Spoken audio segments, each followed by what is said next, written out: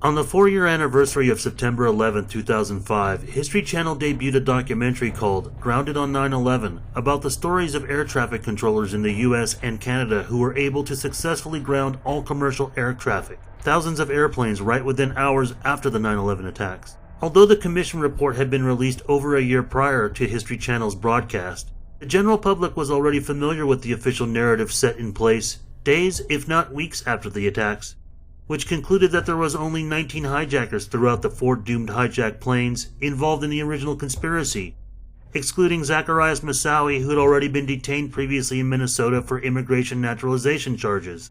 However, Grounded on 9/11 covered some events completely contrary to the official story. By 9:03 on Tuesday morning, September 11th, hijackers had flown 2 airliners into 2 of the tallest buildings in the world. Once United Airlines realizes the second plane is one of theirs, company dispatchers contact hundreds in their remaining fleet. My attention was strictly on what's the security status of all the aircraft. So we instituted a procedure, which we still have today, for positive contact. Every 10 to 15 minutes, the dispatchers were talking to the crews to ascertain the cockpit was still secure, so we knew that we were in command of every airplane. At Newark Airport, the pilot of United Flight 23 wasn't taking any chances.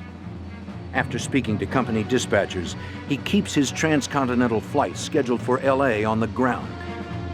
When the plane returns to the gate, it's reported that several unruly, allegedly Middle Eastern men rush from the plane, leaving their luggage behind. Inside the bags, officials find Al-Qaeda instruction sheets, but false IDs prevent investigators from ever locating the bag's true owners. I maintain to this day that based on my personal belief and based on the events of that morning, the decision to halt airplanes in all likelihood probably precluded other attacks. For a cable network such as History Channel, infamous for suggesting a consortium of mysteries and outright conspiracy theories on many other subjects, and at the same time also known for defending official narratives and outright war propaganda, particularly when it comes to 9/11, usually. But here we have an anomaly as what the narrator suggested occurring at Newark Airport about United Flight 23 with this 5th hijacking attempt by several Middle Eastern men fleeing and leaving false identities in their baggage. There's a tremendous error with this claim on Grounded on 9/11, as this incident with Flight 23 did not occur at Newark Airport, as where United Flight 93 departs and gets eventually hijacked. This story with Flight 23 happens at John F. Kennedy International Airport. But about 3 years later, the former Alex Jones InfoWars host and filmmaker of the infamous Loose Change saga, Jason Burmas produced his 4th and most controversial film, Fabled Enemies, which was his first for finally recognizing the prominent cover-up of Israeli operatives linked to 9/11, but it also briefly covered Flight 23 at JFK Airport, accompanied with that portion of History Channel's Grounded on 9/11. Later in the day, weapons are found planted on several other planes. A U.S. official says of the hijackings, these look like inside jobs.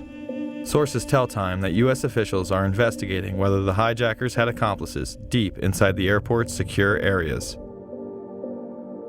And then there's the story of Flight 23. Provided with no date or time, the report which Burmas also accompanies his claim with is a briefly edited one from NBC's Today Show with Matt Lauer and an appearance by a local New York newscaster, Tim Minton, on September 13, 2001, just 2 days after the attacks. Rather than show Fabled Enemies' edited version, this is the complete interview entailed. As bad as things were on Tuesday, there is a possibility that they could have been even worse. Tim Minton of our flagship station, WNBC TV here in New York, has some disturbing information. Tim, good morning to you. Good morning, Matt. It was about the time that the first attacks on the World Trade Center were starting, and at JFK Airport, which has not previously been connected to any of the outgoing flights, just before 9 o'clock, United Flight 23, scheduled to depart for Los Angeles, was boarding. There was some kind of an altercation involving 3 men described by a Port Authority of New York and New Jersey police source as Middle Eastern in appearance. Somehow, the source will not reveal the exact details. They attracted the suspicions of the gate staff boarding that flight. The staff had some kind of a verbal exchange and demanded that these 3 men leave the aircraft. The men... They had already gotten on the plane. They're on the plane. It's very close to departure. The scheduled departure time was 9 o'clock. As you and the viewers know at this point, the first attack on the World Trade Center was just 15 minutes before. So as they're boarding the flight, the attack is either about to happen or has just happened, but nobody knows about it. And certainly nobody knows that airplanes are involved. So what happens then is they're asked to leave the aircraft. They refuse to get off. The airline, following its normal procedures, according to this police source, calls the police, which immediately dispatch an emergency service team. So now you have a squad of heavily armed officers that are coming toward the airplane. And when they get there, the men have vanished. The gate staff can't find them. And clearly what the employees were trying to do was get them off the plane. So the fact that they had slipped away may not be as big a surprise. A couple of the disturbing facts here. One, this is a flight from JFK to Los Angeles, so it matches with the type of flights, the transcontinental flights that were hijacked in the other 4 instances. Another disturbing fact, if indeed there was an altercation and these men felt they had a case to make and were being treated unfairly, you can't imagine they would have disappeared from the airport. They would have stayed around and pled their case with the police.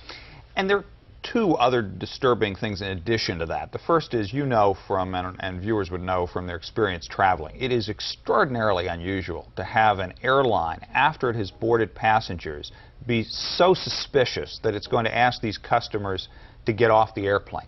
That said, it would be equally unusual, if you will, for passengers in that situation not to at least get up, go to the gate, have the conversation that you're describing. To sit in your seat, to be so determined, unusual. You reported this story on WNBC TV here in New York, and I understand were contacted after the airing of that story. We got a phone call from a law enforcement officer who was on vacation, was in the United Airlines terminal at the time.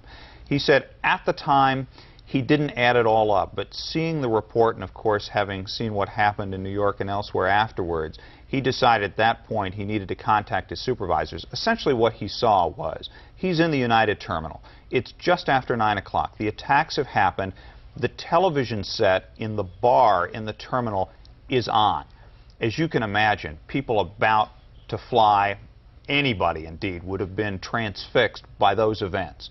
So now NBC and others are reporting the second attack just after 9 o'clock. He says the entire terminal was riveted to these television sets at the bar in one corner, except 2 men who were sitting off to the side, as he described it on the phone last night, appearing to him, veteran police officer, as being way too cool.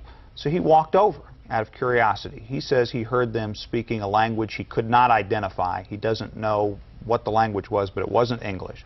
And he says as he approached, they looked over, they saw him coming over. He says he then saw Port Authority police who were perhaps searching. In any event, they were running. He said he got close enough to hear that the men were talking in raised tones. He described it as a stern conversation, the way you might have, he said, with your wife if you were angry but you didn't want people around to hear that you were having a fight with your wife. He said as soon as he approached, they walked out of the terminal, and he looked over. He described them as Middle Eastern in both appearance and dress. Not sure what that means, but that was his description. He said when they left the terminal through the glass doors, he saw them meet a 3rd man, and they then left. He didn't see how. Now, same 3 men?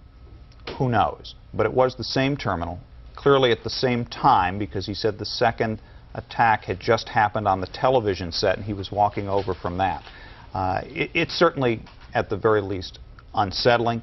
The Port Authority police source said it's been referred to the FBI. I mean, obviously, that you have to stop and think for a second here. Obviously, there's a lot of coincidental information here, and there's also a chance that people are being paranoid in the wake of these attacks. But at the very least, there are some disturbing similarities. You can't jump to conclusions. But what's real is 3 men were asked to leave the airplane, and they refused, then vanished. Much more significant details here than what Jason Burmis edited. But again, 3 years later on, now coming on the 10-year anniversary of 9/11, ABC WJLA News 7 in Washington, D.C. on September 19, 2011, reported on the mystery of Flight 23 likely being the only time after that this covered-up, aborted hijacked flight was brought up on any syndicated news, but accompanied with plugging a new book at the time, Touching History, the untold story of the drama that unfolded in the skies over America on 9/11, interviewing the author, Lynn Spencer, and surprisingly, the co-pilot of Flight 23. Their faces and their shameful deeds have been etched into our nation's collective conscience. But ABC 7 News has learned that the 19 men who used planes as missiles may not have been the only terrorists aboard commercial flights on that dark day in September. It's information the FBI will not confirm. You won't find it in the 9/11 Commission report. But a brigadier general and a former pilot are talking. I don't think many people know about those men on board United 23 or about the items that were found. And they went running off the airplane, never to be seen again. So, who knows? On September 11th, Brigadier General Carol Timmons of the Delaware Air National Guard was co-piloting United Flight 23, heading from JFK to Los Angeles. But while in line to take off, air traffic controllers closed the airport and she received a dire message. Hijackings. We've had hijackings. Secure the cockpit. Either land or get back to the terminal. So as we turn to taxi back, we can see the towers on fire. I can close my eyes and see it today. So it was horrendous. It's horrendous. To add to her angst, she received a chilling call. In the meantime, as we're taxiing back, the flight attendant says, "Hey, I've got some very agitated men sitting in first class. They're very unhappy. Why aren't we taking off? Why aren't we taking off?" But once at the gate, the men disappeared into the sea of people evacuating JFK. There's the generally held belief that there were other planes out there. Former commercial pilot Lynn Spencer wrote Touching History, a minute-by-minute account of the air drama that unfolded on 9/11. She says high-ranking FAA officials and airport managers have confirmed to her that during a search of United Flight 23, box cutters and al-Qaeda documents were discovered in unclaimed bags. It was believed by those who searched the plane and found these items that they were indeed hijackers on that flight. Spencer says federal officials believe not just one, but several additional planes were carrying terrorists on September 11th. But since the FAA shut down U.S. airspace, those twisted minds never hit their targets. I think we are all aware of how horrible September 11th was. Can we really imagine if another 8, 9, 10 planes had also been successful? In contrast to Fabled Enemies, this local news investigative piece seems to underline the seriousness with this incident of Flight 23 being omitted from the 9/11 Commission report. Unlike Jason Burmis, which only touched on weapons and suspicious items being found at airports, as well as only alleging the hijackers had accomplices working for the airports, which we will touch back on much further ahead in this film, as there's more to the story with History Channel's Grounded on 9/11. But does Lynn Spencer's claim have some merit that there could have been up to 10 more hijacked planes on 9/11? Were the 3 fleeing Middle Eastern suspects that the Flight 23 co-pilot Carol Timmons encountered on the plane ever seen again? Aside for JFK and other airports, what about the 3 airports where all 4 official hijacked American and United Airline flights departed from? Boston, Logan, Dulles, and Newark. Could there have been more targeted flights intended on 9/11?